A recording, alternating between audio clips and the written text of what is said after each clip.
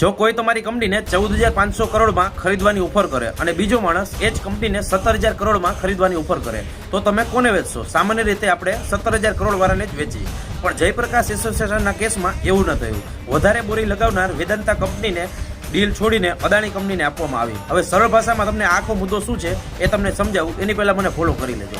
Jayaprakash association પર ખાસ કરીને બેંકોનું લગભગ 57,000 કરોડનું દેવું થઈ ગયું. દિવાળીની પ્રક્રિયામાં ગઈ. બેંકો પોતાના પૈસા પાછા મેળવવા માટે ખરીદદાર ગોતવા માંડ્યા.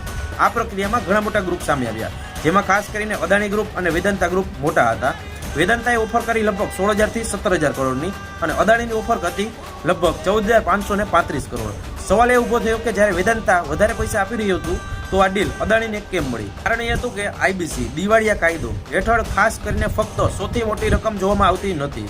બેંકો અને લેન્ડર્સ ખાસ કરીને એ પણ જુએ છે કે પૈસા કોણ જલ્દી આપશે, પૈસા મેળવવાની ખાતરી કેટલી છે અને ખરીદદાર ડીલ પૂરી કરવાની ક્ષમતા કેટલી ધરાવે છે કે નહીં. અદાણીની ઓફરમાં મોટો ફાયદો એ હતો કે લગભગ 6,000 કરોડ જેટલી રકમ તરત જ ઇનફ્રન્ટ આપવાની તૈયારી બતાવી હતી, જ્યારે વેદાંતાની ઓફરમાં કુલ રકમ વધારે હતી. મોટો ભાગ ઘણા વર્ષો પછી અને હપ્તે આપવાની વાત હતી. એટલે બેંકોના દ્રષ્ટિકોણથી જોવામાં આવે તો આજે 6,000 કરોડ હાથમાં લેવા સારા કે 5 વર્ષ પછી વધુ રકમ? ઘણા બેંકોએ પહેલો વિકલ્પ પસંદ કર્યો. બીજું એ કારણ હતું કે અદાણીની ઓફરમાં વધુ નિશ્ચિત માનવામાં આવતી હતી. કેટલાક અન્ય બિડરોની ઓફરમાં જમીન, કાનૂન વિવાદ અને ખાસ કરીને શરતો પણ છુપાયેલી હતી, જેમાં લેન્ડર્સે વિચાર્યું કે ડીલમાં વિલંબ થશે તો રિકવરી વધુ મુશ્કેલ બની શકે છે.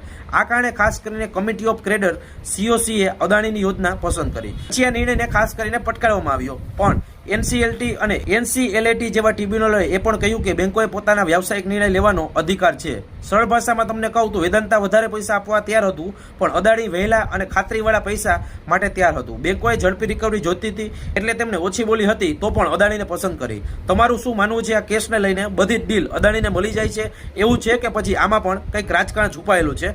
ખાસ કોમેન્ટ કરી દેજો અને આવા જ વિડીયો જોવા માટે ડિજિટલ અનિરુદ્ધને અત્યારે જ ફોલો કરી લેજો.